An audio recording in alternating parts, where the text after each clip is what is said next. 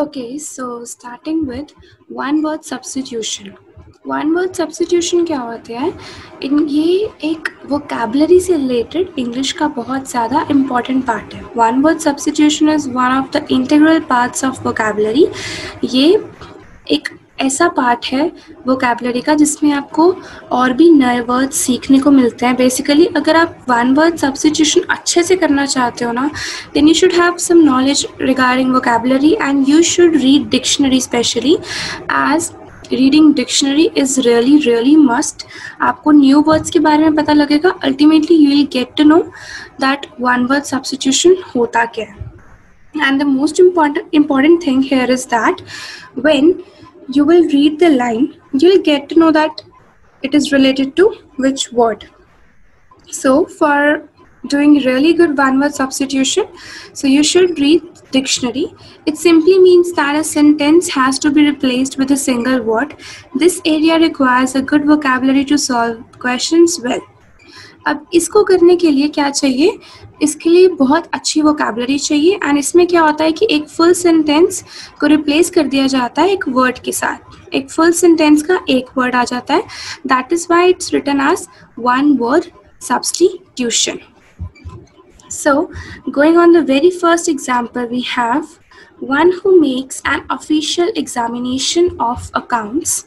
अब auditor, anarchist, apostate, atheist. अब auditor कौन होता है? Auditor basically is the one who audits the accounts. So definitely it's the very first option, that who makes the official examination of accounts. Accounts से related जो उसकी proper examination करता है person, वो कौन होता है? वो होता है auditor. Then we have a person who believes in or tries to bring about a state of lawlessness. एक ऐसा पर्सन जो बिलीव करता है और ट्राई करता है कि एक लॉलेसनेस की स्टेट लेके आए, मतलब जस्टिस की स्टेट लेके आए. सो इसकी ऑप्शन क्या है? अब इस बीच में एक वर्ड है एमेट्योर. एमेट्योर होता है जो किसी चीज़ को अपने शौक से करता है. So that is not the case. यहाँ पे फोर्थ वर्ड है अनार्किस्ट. अनार्किस्ट एक ऐसा पर्सन होता है जो बिलीव करता है और ट्राई करता है कि वो स्टेट ऑफ लॉलेसनेस लेके आए, वो प्रॉपर उसके साथ. ये एक अनार्किस्ट ऐसा पर्सन होता है जो इस तरह की स्टेट लाने की ट्राई करता है और जो बिलीव करता है in the state of lawlessness only. Then we have third example, one who does not believe in the existence of God. हम जिसको बोलते हैं नास्तिक. सो नास्तिक को हम इंग्लिश में क्या बोलते हैं? अथीस्ट. ठीक है. Amateur, as I told you, it's a person who like do a work according to his passion or something like that, who likes to do that work basically. anarchist तो आपने कर चुके हो, तो basically anarchist तो वो बिल्कुल नहीं है. then अब जो बचा atheist और arsonist. atheist एक ऐसा word होता है जिसका मतलब होता है a person who don't believe in the existence of God, और या फिर जिसको हम बोल देते हैं नास्तिक. so नास्तिक को इंग्लिश में क्या बोलते हैं? atheist. then we have fourth example, a person appointed by two parties to solve a dispute basically. एक ऐसा person जो दो parties ने रखा होता है एक लड़ाई को solve करने के लिए. so अब इस केस में हमारे पास ऑप्शन है एस्थेटिक, एमेट्योर, एम्बीडेक्स्ट्रस और आर्बिट्रेटर. आर्बिट्रेटर होता है वो पर्सन जो अपॉइंट किया जाता है दो पार्टीज के बीच में एक डिस्प्यूट को, एक लड़ाई को सॉल्व करने के लिए. अभी जो बाकी वर्ड्स हैं बीच में, aesthetic, amateur, ambidextrous, you will just get to know कि सबका मतलब क्या है. अब जैसे हम नेक्स्ट करते हैं, इसमें लिखा है one who does a thing for pleasure and not as a profession.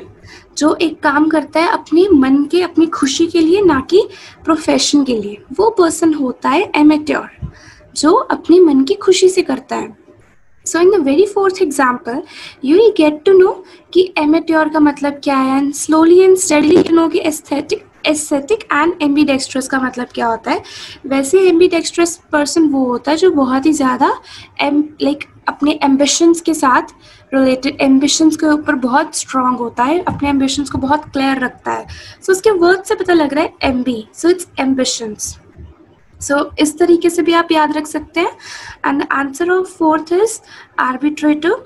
He is the person who is appointed by two parties to solve a dispute.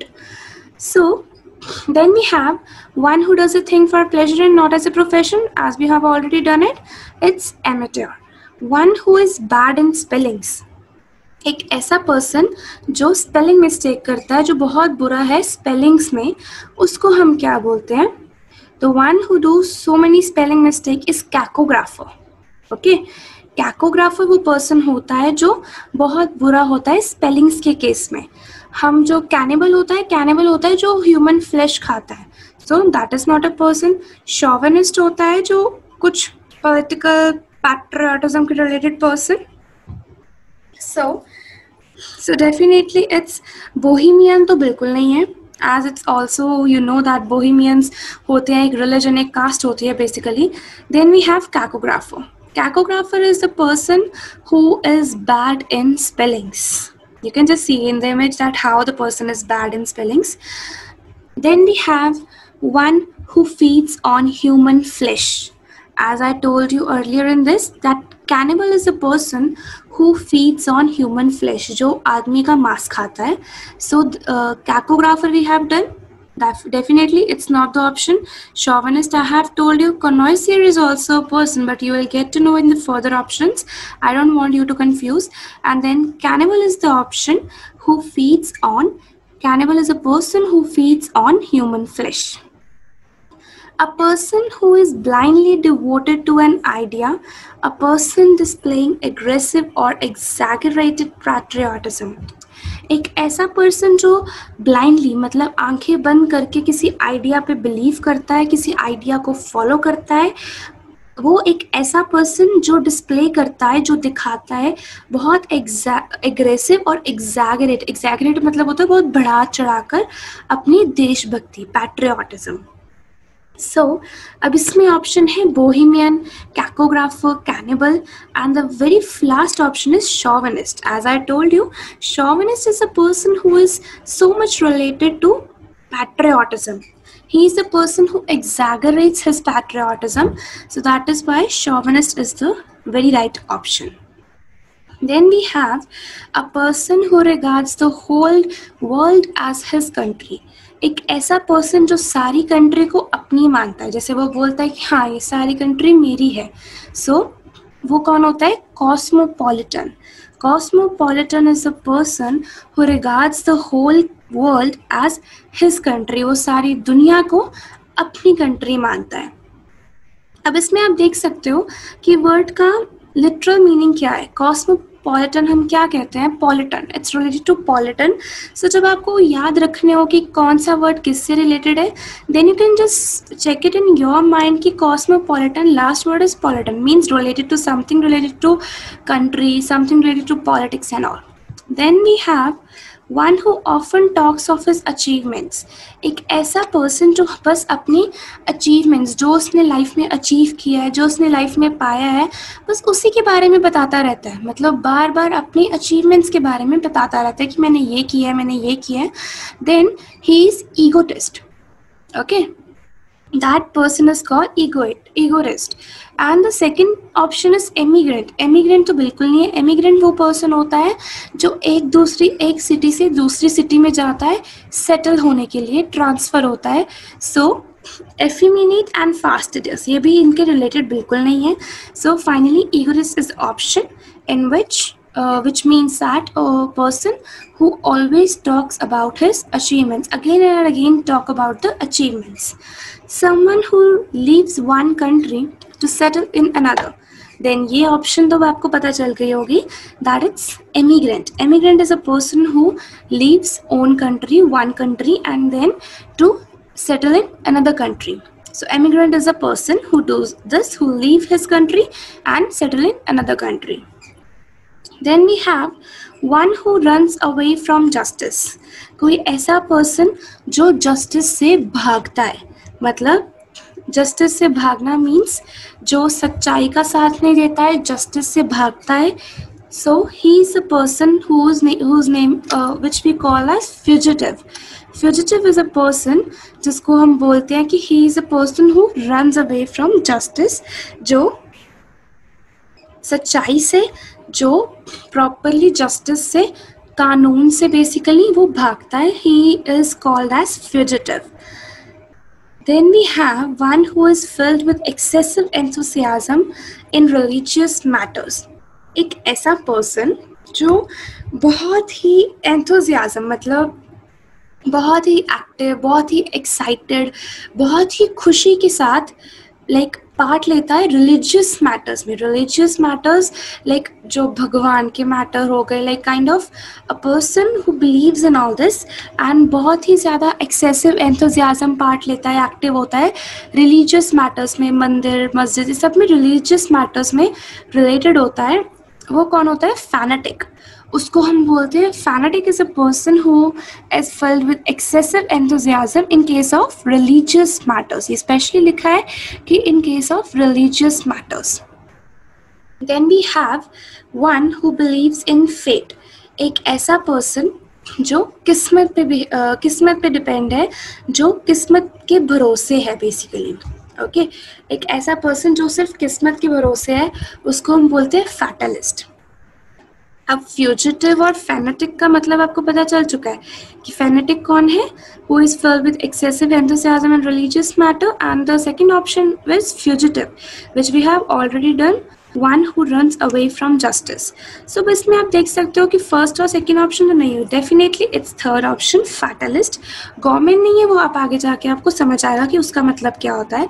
So one who believes in fate, जो अपनी किस्मत के भरोसे बैठा रहता है, जो किस्मत के ऊपर भरोसा करता है, बिलीव करता है, that person is called as fatalist.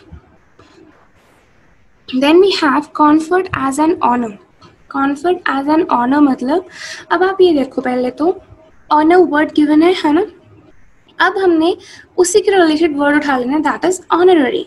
Definitely एक ऐसा पर्सन जिसको ऑनर दिया जाता है, ऐसा पर्सन जो ऑनर डिजर्व करता है, उसको हम बोलते हैं ही इज ऑनररी. सो उस वर्ड में से कई बार आपको you will just get to know that which word can, like this line can be substituted by which one word. So it can be substituted by honorary, and the meaning of heretic and hypochondriac will be discussed in the further questions. Then we have a person who acts against religion. एक ऐसा person जो religion की against है, एक ऐसा person जो भरोसा नहीं करता ये रिलीजन की चीज़ों में, जो कास्ट एंड ऑल, इस सब में वो पर्सन भरोसा नहीं रखता है, वो उसके अगेंस्ट है. So who is that person? He is heretic.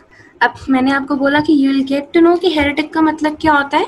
So here it is कि हेरेटिक का मतलब होता है he the one person who acts against religion, जो अब उसके एक्शंस, जो उसका काम है, वो बिल्कुल अगेंस्ट रिलीजन होता है. A patient with imaginary symptoms and elements. एक ऐसा पेशेंट जिसके अंदर सिम्टम्स पहले नज़र आने शुरू हो जाते, एक इमेजिनरी सिम्टम्स के साथ और इमेजिनरी प्रॉब्लम्स के साथ. सो सिम्टम्स क्या होते हैं? कोई बीमारी होने से पहले हमें लाइक बाय चांस, जैसे अब हमें फीवर होने वाला है, सो उसके पहले वाले सिम्टम्स क्या होते हैं कि या तो हमें कोल्ड हो जाता है, या हमारा सर दर्द होता है, या हमारा गला दर्द होता है. So these are kind of symptoms of fever. So एक ऐसा पेशेंट जो जिसके पास इमेजिनरी सिम्टम्स है, जो उसके दिमाग में है, और इमेजिनरी दवाइयाँ, इमेजिनरी मेडिसिन, इमेजिनरी प्रॉब्लम्स, तो वो कौन सा पर्सन होता है? वो होता है hypochondriac.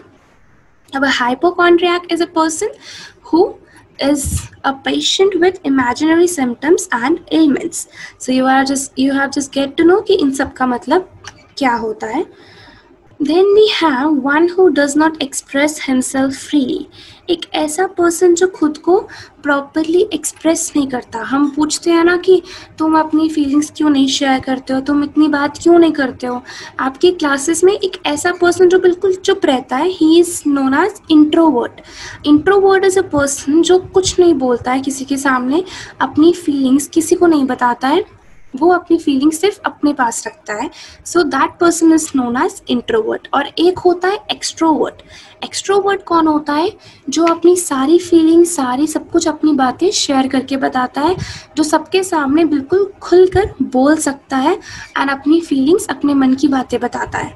So he is an extrovert. Extro से आप याद रख सकते हो एक्स्ट्रा, ठीक है, एक्स्ट्रा ही बोलता है, सब कुछ एक्स्ट्रा बताता है, अपनी सारी फीलिंग्स बता देता है। इंट्रोवर्ट मतलब इंट्रो मतलब अंदर। तो इंट्रोवर्ट इज अ पर्सन जो सारी बातें अपने अंदर रखता है। Then we have who behaves without moral principles.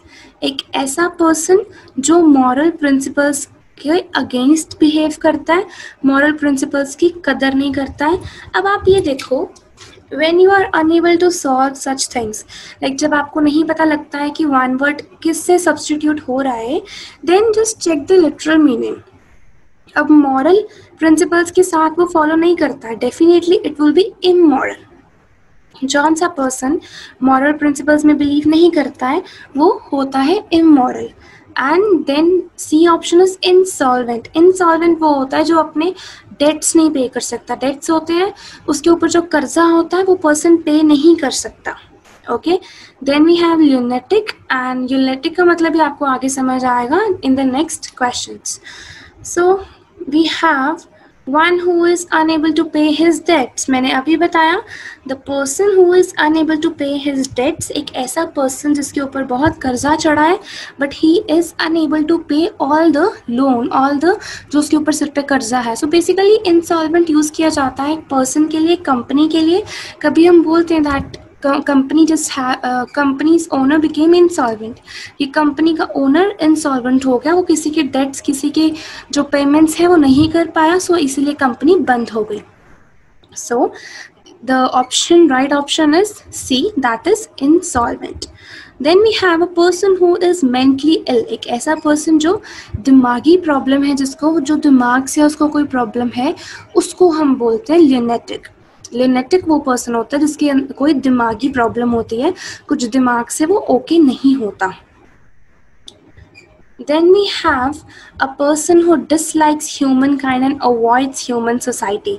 एक ऐसा पर्सन जिसको ह्यूमन काइंड होते हैं, लाइक ह्यूमन्स, जो नॉर्मल ह्यूमन्स होते हैं उनके बारे में।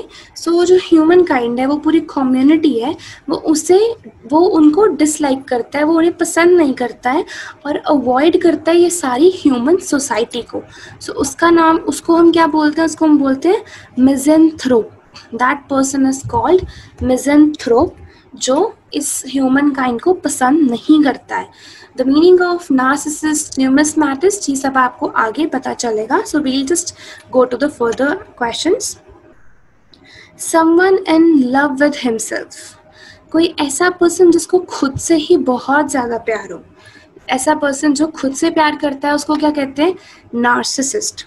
नार्सिसिस्ट इज अ पर्सन जिसको खुद से प्यार होता है। एंड अब आपको नार्सिसिस्ट का मतलब समझ आ गया।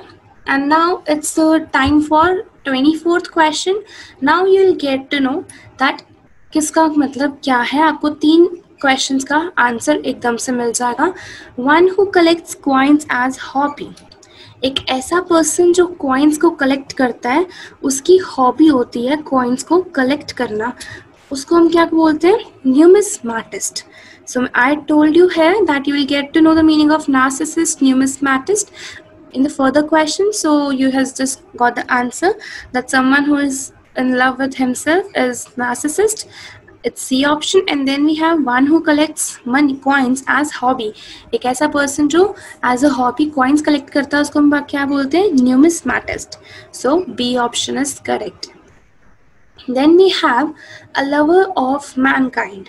अब हमने यहाँ पे किया था a person who dislikes humankind and avoids human society. So that was misanthrope.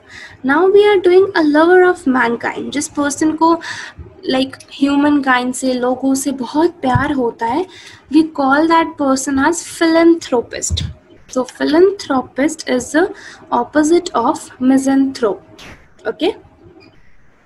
So you will just remember this thing। तो इससे आपको 2 चीज़ों के बारे में पता लग जाएगा। ऑपोजिट, लाइक मिज़ेंथ्रोप का ऑपोजिट कौन होता है? Philanthropist.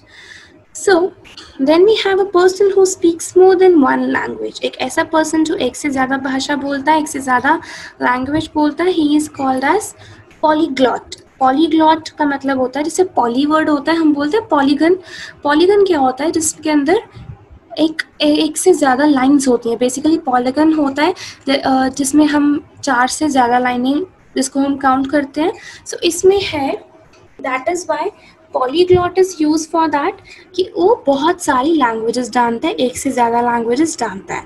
Someone who walks in sleep, कोई लोग नींद में चलते हैं. So the person who walks in sleep is called as stoic. Okay, so the person who walks in sleep is called as somnambulist. अब stoic क्या होता है? Stoic भी आपको पता चलेगा आगे वाले questions में, but it's A option is the right option here. So a person who is indifferent to the pains and pleasures of life. एक ऐसा person जो बिल्कुल indifferent है. Indifferent मतलब उसको अपनी life की जो खुशियाँ हैं, अपनी life के जो दुख हैं, उनको वो बिल्कुल indifferent है उनके साथ, उसे कोई फ़र्क नहीं पड़ता है. He is stoic मतलब उसको ना ही ज़्यादा खुशी है ना ही ज़्यादा दुख है, वो सबके साथ equal है, अपनी life के दुख सुख दोनों के साथ equal है. So he is stoic. A group of guns or missile launchers operated together at one place. कि एक group of guns और जो मिसाइल लॉन्चर्स होते हैं उनको ऑपरेट अगर किया जा रहा है एक जगह पे, एक इकट्ठे एक जगह पे, that is called as battery. So right option is battery, that is A option. Then we have an arrangement of flowers that is usually given as a present. So that is bouquet. And you all know about this. जब हम flowers का कोई गुलदस्ता जिसको हम कहते हैं हिंदी में, जब इकट्ठे फ्लावर्स देते हैं उसको हम क्या बोलते हैं? बुके. एंड इसमें जो सी ऑप्शन है battery, you have come to know about that in this. A group of guns और मिसाइल लॉन्चर्स, कि बहुत सारी गन्स और मिसाइल के जो लॉन्चर्स होते हैं जिसको हम तोप बोलते हैं, मिसाइल लॉन्चर्स जो होते हैं उनको जब हम एक ही जगह पे ऑपरेट करते हैं मतलब इकट्ठा चला देते हैं, so that one place, that group of guns और missile launchers is called battery. वो ग्रुप को, ठीक है. एंड जो अरेंजमेंट होती है फ्लावर्स की जिसको हम usually as a present, as a gift देते हैं, so that is the option, that is bouquet. A group of things that have been hidden in a secret place. एक ग्रुप चीज़ों का जिसको हाइड किया हुआ है एक सीक्रेट जगह पे. ओके, जब हमने किसी इकट्ठी चीज़ों को हाइड किया होता है किसी सीक्रेट जगह पे, तो उसको हम क्या बोलते हैं? कैश. अब ये बी ऑप्शन है, कैश. अब इसको हम प्रोनाउंस कैशे नहीं करते, इसको हम एज कैश प्रोनाउंस करते हैं. ऑल्सो कारवा क्या होता है? Caravan is a group of people who are just going somewhere, something like that. And the meaning of further options will be discussed in the next questions. So cache हमारे phone में भी होता है. Cache memory होती है ना, जिसको जो होती है temporary memory. So it's like that only कि जब हमने काफ़ी चीज़ों को हाइड किया होता है एक सीक्रेट प्लेस पे, so that is cash for us. A series of stars. So definitely you all know that कि जब बहुत कुछ स्टार्स इकट्ठे होके कुछ बनाते हैं, कोई एक प्रॉपर इमेज बनती है जब कभी आसमान में, that is called as constellation. Series क्या होता है? जब बहुत सारे स्टार इकट्ठे होके कुछ बनाते हैं, that is called as constellation. And that right option is C. And the meaning of cortege will be discussed in the next question, that is a funeral procession. Constellation का मतलब आपको पता चल गया.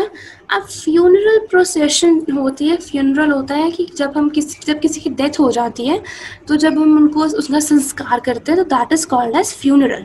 ओके, सो फ्यूनरल प्रोसेशन, उस पूरी चीज़ को, वो जो प्रॉपर प्रोसेशन होता है उसको हम क्या बोलते हैं?